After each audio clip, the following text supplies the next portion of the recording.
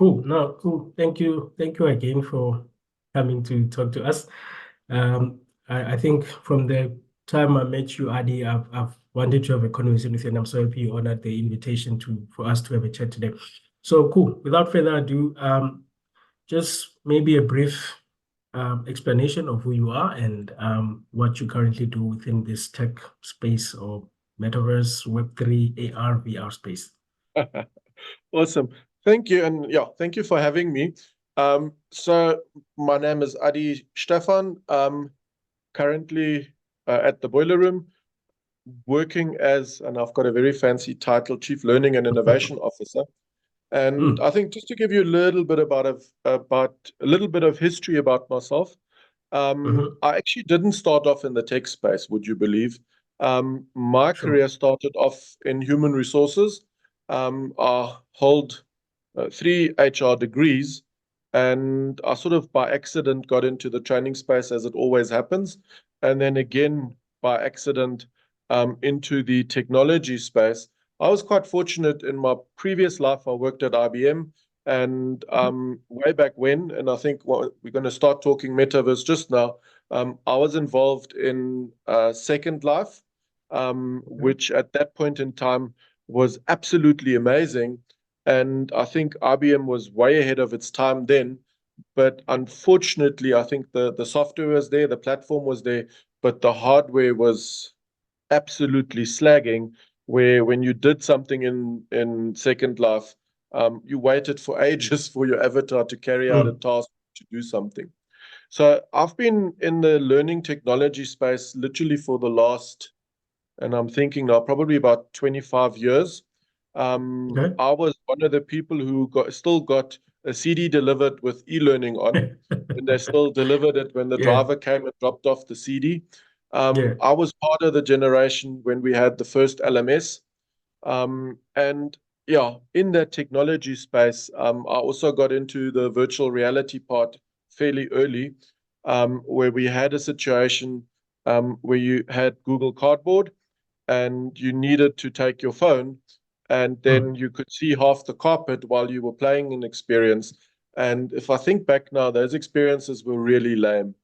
They were mm, really lame, but it was absolutely amazing technology. And I think the bug bit then, and I still remember I built a controller.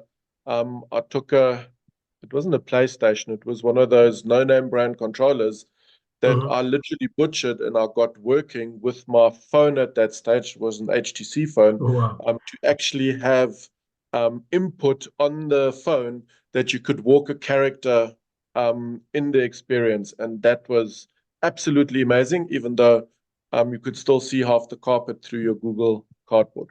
Also, still remember buying the very first Quest. At that stage, Mm, it was an investment that required sign off from higher authority, and I had to motivate why I wanted a laptop and the Quest and everything. It at that stage was still a major investment, but once we yeah. had the headset, there was no stopping us. Yeah, those were the days. But I think um, just to give you a bit of background around some of the initiatives and some of the work and everything that I'm involved in from a technology and from a metaverse perspective. Mhm, Um, I think when we look at South Africa, and I've had the opportunity to travel quite a bit, I've had the opportunity to speak at international conferences, etc. It's always interesting to see that when you come from South Africa, that we are actually not that far behind. And in some mm, instances, we are actually world leaders. We actually have got technology, we've got experiences, and in a lot of cases, we actually set the standard with experiences that are created here that are far beyond anything that other countries have. I've been invited twice to speak at some of the US conferences. And like I said, it's interesting to see the technology and what South Africa has created mm, compared to what the rest of the world has available. mm, So I'm involved in creating, and I'm going to use the holistic um, phrase XR, so extended reality. Mm, I'm involved in creating XR solutions. So that includes virtual reality, that includes augmented reality, it includes some mixed reality, and then it yeah. also includes some metaverse initiatives. I must say, in South Africa, and I think it's not only South Africa, but globally, the AR bug hasn't really taken off yet. Mm, If we look in a corporate type environment, the one thing that it always falls flat on is your devices. So mm, in in in a corporate environment, to have people equipped with tablets or have people equipped with phones, etc., has proven a bit of a challenge. So mm, to have those devices ready for the people and to then create really amazing AI examples, I think that's something that's potentially still coming. Um, where we've had a lot more success, and I think in South Africa, most definitely the minds are leaders here, um, is creating really immersive, really amazing VR experiences, going as far as to use motion platforms, driving mm, rigs, really creating experiences that replicate a day in the life of. So mm, individuals having the ability, and obviously this is broken down into modules, having the ability to spend 8, 9 hours learning how to operate a machine, learning what their day should look like, and how to do certain tasks safely. And we've got, using virtual reality, we've got the ability to do things that we normally don't have in a training environment. So the mm, exciting part is that virtual reality is the first time where we literally bring all senses together.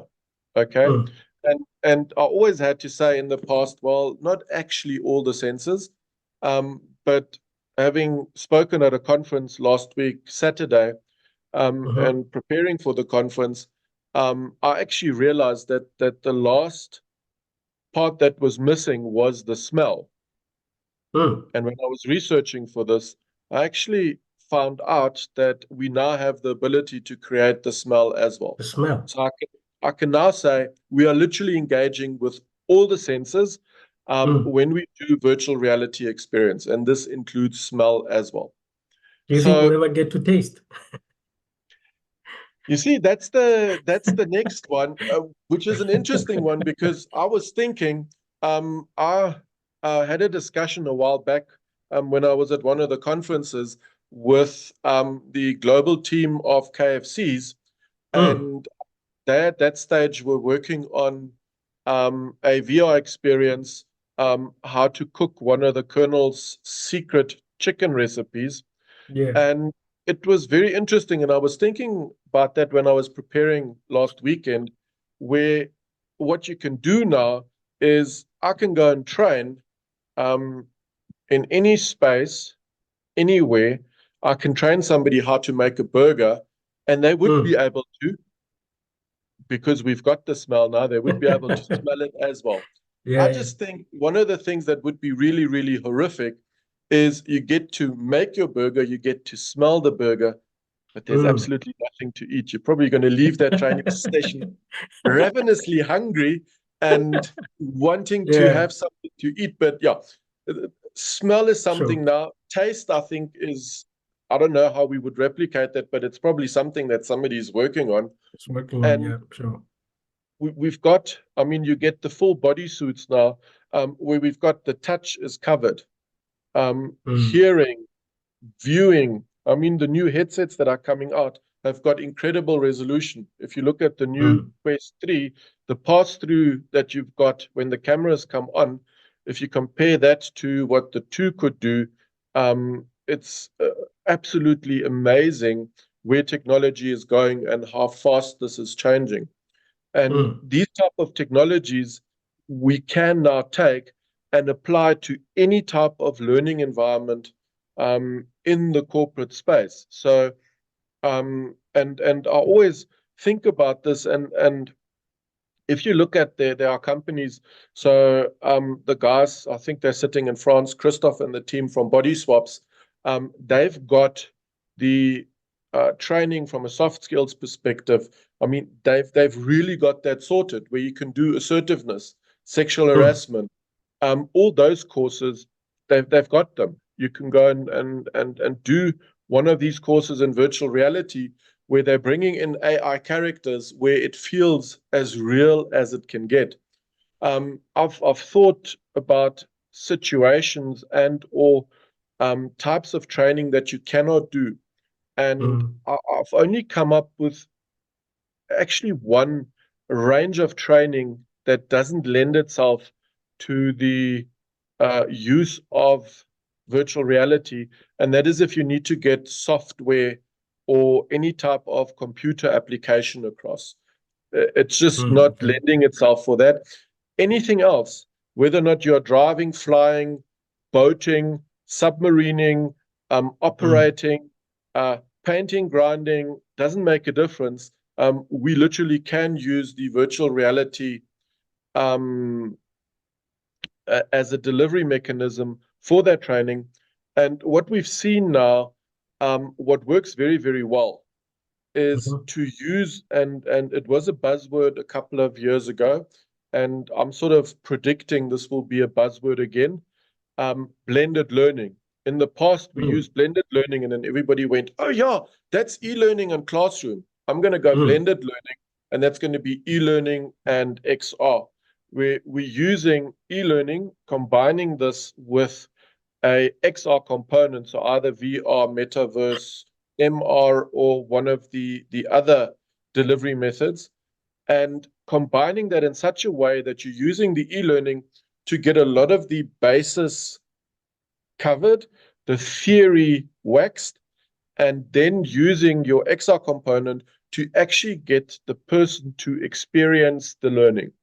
So Mm. I think it's important where for the very first time, for us in the learning space, we can actually take this XR component and we can get people to really get immersed, get involved, get training in this in a way like they've never been able to before. We actually, for Yeah. the first time now, also encouraging people to make mistakes. Okay. Mm. I want you to go wrong. I want you to see what happens if you don't. Sorry about my lights.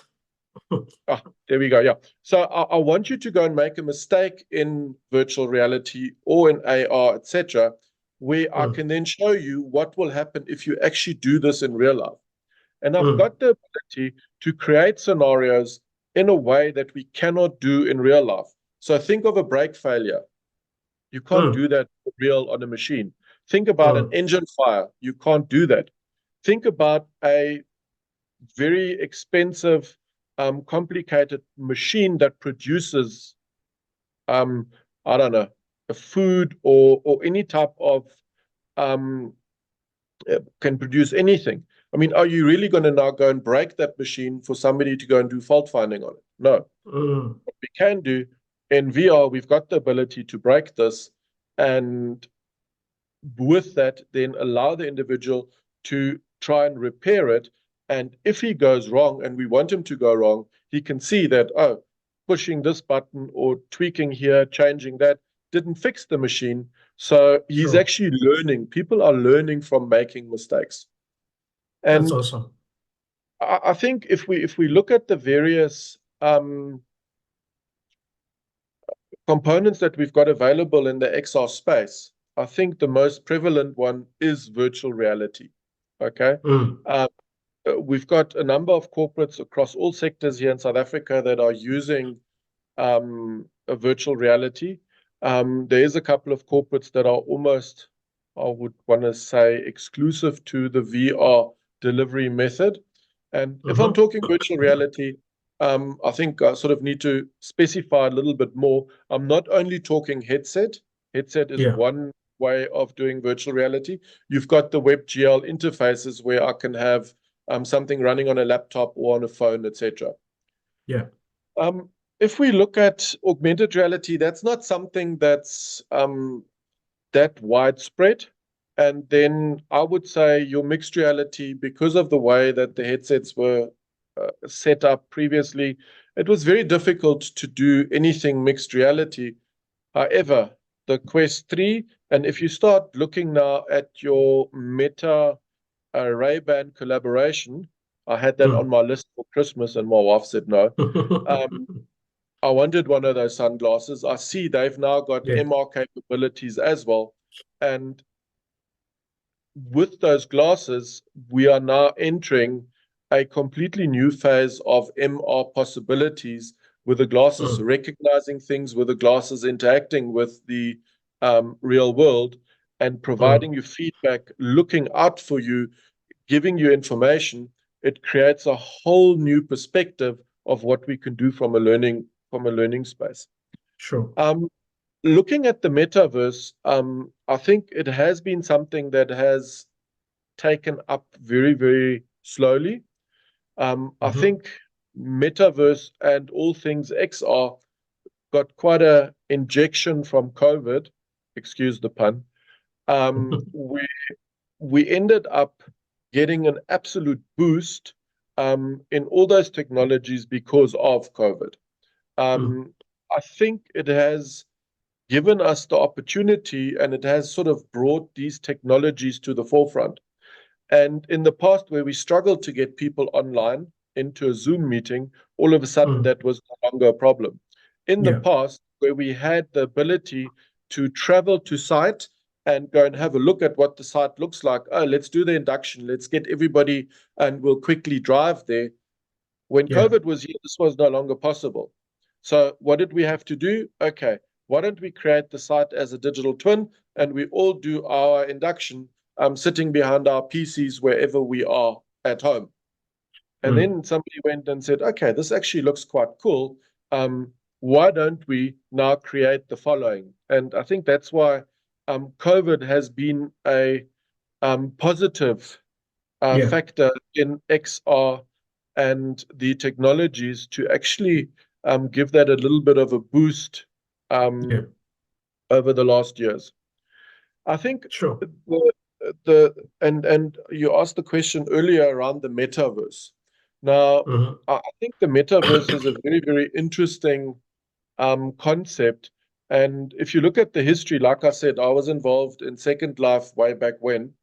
Yeah. The metaverse has been around for some time in various shapes, size, or forms. And I think we've all interacted in a metaverse type of environment without actually knowing it. Mm. Um, so we've all been participating, we've been unknowingly participating and supporting this. And all of a sudden now, the people like Mark went and said, oh, it is called the metaverse and this is what we're doing.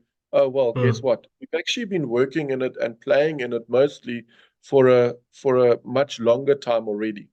So what I'm referring to, Roblox, your Fortnites, etc., those are all metaverse environments. And I think Fortnite, 30 million people at any point in time are playing it. So Yeah. it's not a small metaverse type environment. Mm. I think if you look at the XR technologies, your AR, VR, and MR, the logical next step, it's almost begging for the step. The metaverse is the next step on your AR, VR, and MR, because those technologies, as much as they serve a purpose, they cannot, and I don't think they will, exist in those isolations. And that's Yeah. why we literally got the metaverse to pull those technologies together and allow people to play in this space. And I Mm. think we've seen an interesting development where we've had the gaming fraternity, the Fortnites, the Littleys playing Roblox, etc. They came from a sort of gaming environment, and Mm-hmm. we've had your AR, VR that was never really that big on the gaming side, but the corporate side, I think, picked up on it quite nicely. And all of a sudden, in the metaverse, all of this is coming together now, where you've got one place where you can play where you can learn, where you can interact, where you can get individuals to actually work together, come together, experience, buy something, and literally the sky's the limit. Yeah. What's also interesting to see is that globally, a lot of the big corporates are 100% behind metaverse initiatives. So, and I'm thinking there are just some of the companies that have done some amazing work in that space. And I'm not talking about the companies that are actually developing metaverses, Mm-hmm. metaverse, I don't know. Um, I'm thinking PwC in Germany, who uses, and I think it's an author customization there, where they're running the entire company. They've got access to the metaverse. They're doing meetings, etc. Absolutely, I've seen screenshots. Absolutely amazing. You've Mm. got people like Accenture, who in Australia and New Zealand, doing their onboarding, doing their daily lives. They spend time in the metaverse as part of their daily being at the office. Mm. If you look at companies, my daughter is a big supporter of Forever 21. They do fashion and other apparel. Yeah. They are fully in the metaverse. And I think I can go on and on and on with the list. Sure. The guys from Hyundai have done a car launch. Kia has got some of their dealerships in the metaverse. The Mm. likes of Tesla, BMW, Fiat, etc. They've all created these presences, and from there, I think the only thing that can happen is the metaverse will grow, and we will have that situation where the presence and, well, the reality here and the reality in the metaverse, they're going to get much closer together, and you will Mm. actually start seeing a complete overlap. So Sure. where we Yeah. put a situation where the two realities are going to start blurring and they're going to start merging. I agree. One of the prerequisites that you need to have for that is that the different metaverse application metaverses need to have that cross compatibility, which is currently still lacking to some Yeah. extent. Yeah. So at the moment, we're looking at various metaverse silos, and those silos are standing next to one another. And in order to go from one to the next, you need to log out, and you can't take anything with you. But I think they're also working on that, that you can then take your player from Fortnite to Roblox and from there into another metaverse, and you can keep some of the peripheries that you've acquired, Mm. not be able to use them, because whatever you get in Fortnite, you don't necessarily want to use in Roblox. Um, but there is the possibility to then go across platform. Yeah. Um, that is something that is the next logical step, where if you look at it from a development point of view, these environments can't develop by themselves further. They need to start working more together in order to go further. Yeah. And I think that is one of the requirements, and that's one of the results that we're going to see now. Things are going to start happening, where you are going to get that cross compatibility, where you can take an item from this metaverse into that metaverse. Sure. I agree. I think that interoperability is something that will be a game changer within the space, because if you see the silos that we have, having a character in each one of them might become cumbersome as these things grow and adoption grows as well. So I And, think for and me, yeah. and then I think all we need there is we need two Mm. metaverses that are going to say we have created this interoperability, and the Mm. second you've got two of them, everybody else, one of two things can happen: either they fall in and Yeah. make themselves interoperability compliant as well, or Mm. they're going to fall away. Because what's going to happen if people can move between these two environments, what's going to happen if I cannot move, I'm going to say, well, I'm simply not going to use it anymore. Yeah. So Yeah. there is a definite factor of redundancy once two have done it, and others are starting to climb on the bandwagon. For those who are not prepared to do it, I fear some redundancy coming up where people will say, hang on, I can't use this how I Mm. use others. I'm simply not going to use it, and it's going to die. Cool. No, that's true. I think I just want to get your insights in terms of, because you've sort of engaged with different people in different industries within the country. Which industries do you think are really set to benefit from like AR, VR in South Africa, which probably are not exploring or fully exploring the potential of AR, VR, metaverse? Which industry do you think South Africa would probably have a bigger upper hand or a comparative advantage if they were to like really fully embrace it? And maybe if you can give examples of the type of things they Yeah. can do within that space. I think, as I said previously, I don't think there's a specific industry that's more or less suited for these XR technologies.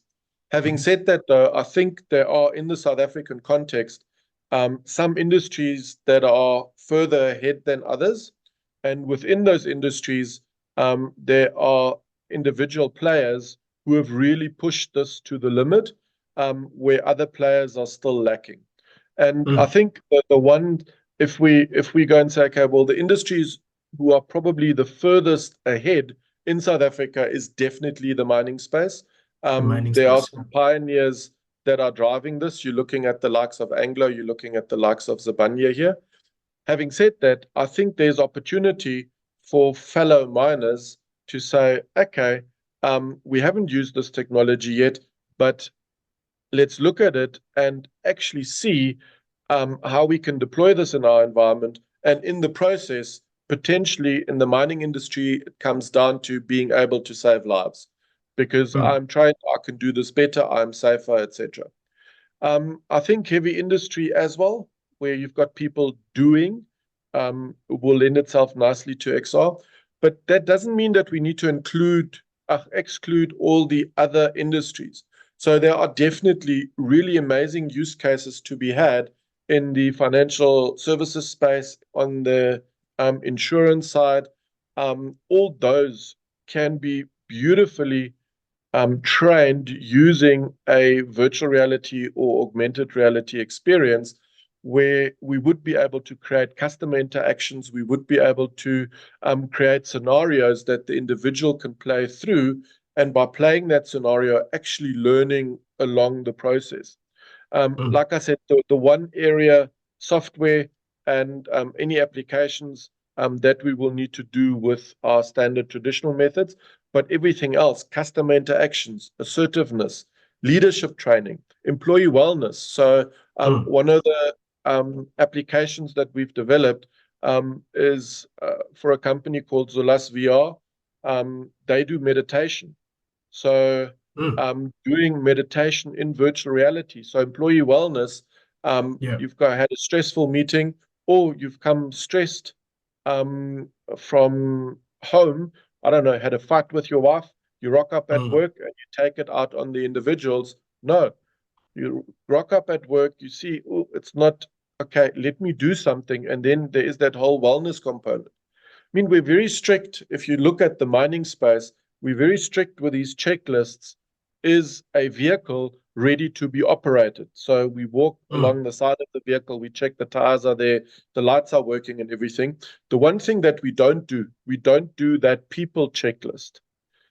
Okay, so I've had a fight this morning. I'm agitated and I'm not really focused. And then I'm going to mm, climb into a 150 million rand machine that picks up 42 tons and that puts five people's lives at danger because I'm not concentrating. So that mm, checklist around the person, am I ready and uh, not am I in the right space of mind to operate this machine? And if not, I can actually put my headset on. I can take you to a space where it will relax you, it will calm you down. And if you then do the assessment again, that the assessment says, you know what, you are actually now ready to operate this 150 million rand piece of machine. So it's those type of initiatives where I see quite a bit of potential for South Africa and for South African companies. I think the other thing, and I was thinking about it the other day, we've actually reached a point where when I mhm, think about e-learning has been around since 1995, 96. Okay. So e-learning, if we had to celebrate birthdays, e-learning would have celebrated probably its 30th birthday, if not more. Now, mm. That is almost a whole generation in the workplace. And in a way, I think, um, in the traditional sense of this is e-learning, I think people, and I'm making the general statement, people might Mm, be getting a bit tired of this as well. Okay. So mm, I think there might be a good argument, a good business case to be had to say, we've always trained this because I think you can say that when it's for 30 years. And maybe it is time to find a different way to bring new life into how we actually do sure. training. And I Yeah. think AR, VR, MR, and those XR technologies are a very good possibility. And again, those technologies are not necessarily standalone. I cannot go and say, here, have a headset and go and stand in the corner and do your VR. They still require some sort of facilitator interaction, some facilitator assistance, some facilitator engagement. Mm, It's not like we can just deploy those and hope everybody will go and do their experience. But I think there is an argument to be made that this could be a replacement for something new, where I think 30 years has been quite a bit of time, and maybe we need a replacement. sure. No, I agree. Are there any obstacles that you feel our South African environment probably in terms of are leading it or obstacles that are leading to the adoption being slow or this technology is not being embraced as fast enough, probably from who we are as a people or from even from governance or whatever it may be. Any obstacles or challenges you face that probably if they were addressed, these technologies might be embraced with much ease or much faster. I think, again, thank you. Good question on that one. I think it all starts with understanding, Mm, where I think there is still, even now, quite a big lack of understanding with regards to those technologies. Where and when I look at some of the statutory bodies, some of the people that create legislation, some of the people that are involved in creating um, certain of the requirements, they are at the moment not aware or fully upskilled or understanding of what this technology can do.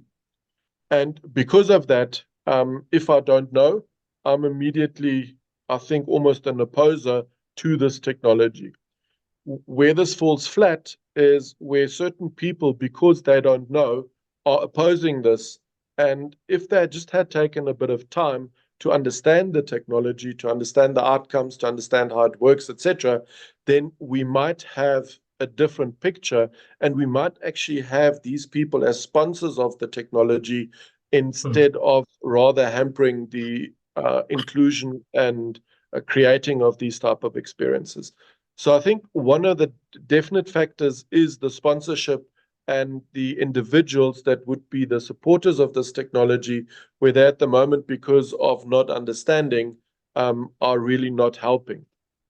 I think mm. the second part, and we've overcome this to a large extent now. If you have a look, we've got a amazon.co.za now. Yeah. So if anybody wanted a headset in the past, could have been a little bit of a challenge getting a headset. You might have had to order from amazon.com, etc.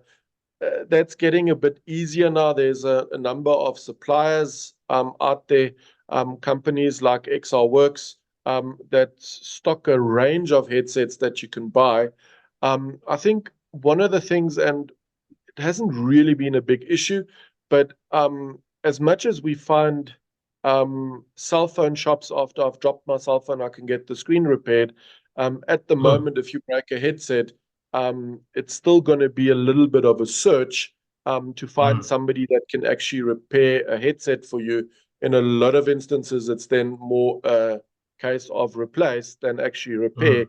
because there is nobody that can really tackle the task locally here. And sending it overseas is not always a viable solution from Yeah. a financial point of view. Yeah. Okay. Cool. Now I hear you. And in terms of your experience, just I'm looking at the time as well. Well, what are you hopeful for? What do you envision happening? I mean, I know these technologies keep on evolving quick, as fast as thought. But what do you think is going to happen, at least for the rest of this year? Where do you see this VR, AR, metaverse technologies going in the next year, maybe even two? Or what do you see happening? What do you envision happening? Mm. I think, as I said, the metaverse, what we are going to be seeing is that cross compatibility, being able to take from one into the other. I think that would be once this starts taking off. This is one of those differentiators. This is one of those deciding moments that is it will be one of those wow moments. Mm, I think what's happening behind the scenes, there's lots of activities taking place in refining these metaverse environments. And what I mean by refining is from a visual perspective, they are getting a lot slicker, a lot more refined, a lot smoother. When you look at this, it becomes easier on the eye.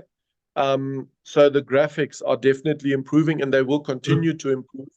The yeah, way we handle audio in those environments will definitely be improved. Um, you can see that there are groups and teams of people working in the background that are working on the navigation and the connectivity and all those things. So I see a whole bunch of technology refinement happening in the background that you won't necessarily see, but every time you log on, you will have your experience will be smoother, it will be faster, it will be more streamlined. So that is definitely something that is going to happen. We are going to be able to some extent start bringing in more interaction between our world and the metaverse. So where you're seeing something in the metaverse and you're taking that and putting it into the real world.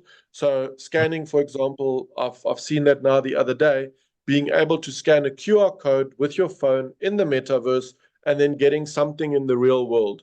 So mm, being able to either take from the real world and put into the metaverse, or being able to take from the metaverse and put into the real world.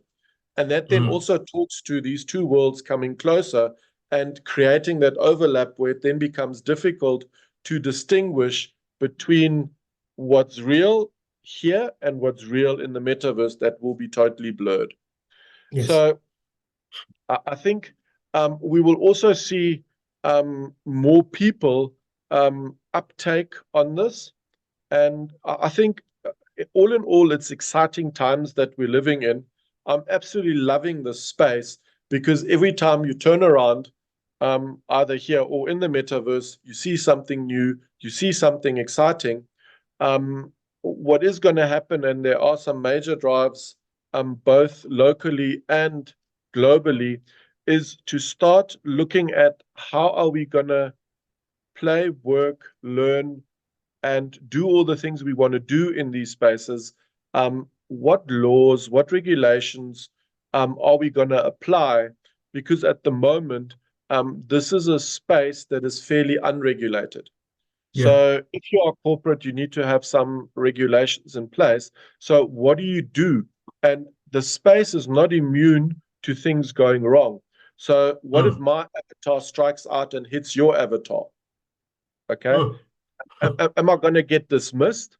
Because if I mm, do that in the office, I'm going to get hauled in front of HR and they're going to say, well, you assaulted somebody, off you go. What's mm, going to happen in the metaverse? What happens in the metaverse if my avatar stalks your avatar in the office? mm, Okay. So those are questions that I think that need to be answered, and they will be answered. It's again a situation where technology has run ahead of everything else, and these rules and regulations, to an extent, have been left behind, and they are going to be catching up now. There are some precedents that have been set. For example, intellectual property in the metaverse. Who owns something? At the moment, nothing is stopping me from, and let's take one of our heritage sites, let's take Robben Island. There's nothing stopping me creating a replica of Robben Island in the metaverse. The question mm, is, should there be?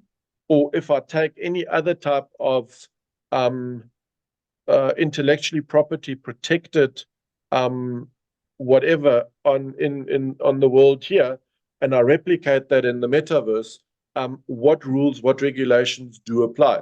At the yeah, moment, there is very little to none.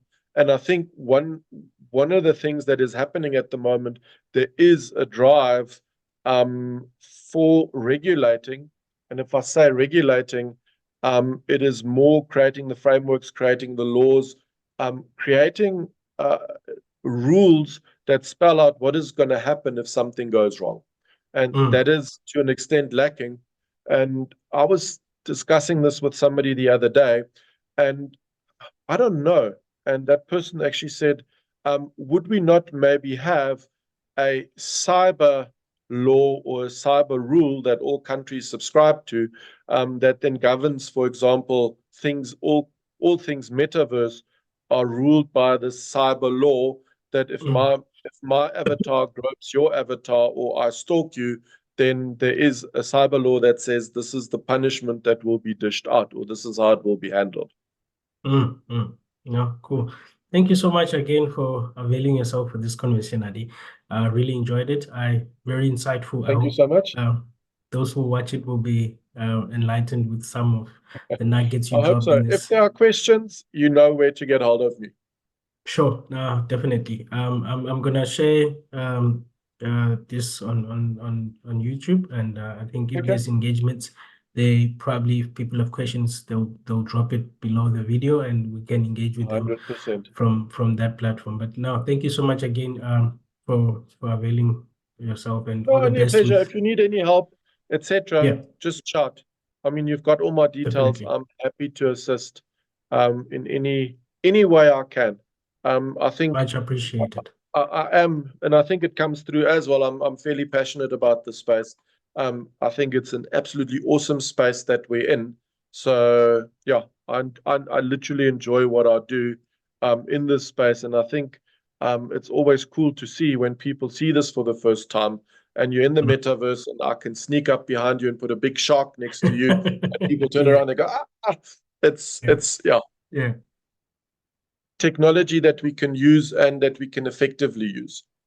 Yeah, no, thank you so much. Thank you so much. Enjoy Okay, the rest of your awesome. day, and until the You next time we too. Have a talk, good weekend, and then yeah, if there's anything, just give me a shout. we'll do. Thank you. Awesome. Thank you. Cheers. Thanks. Sorry, Adi, Bye. before you hang up, I'm just Hmm. gonna stop recording.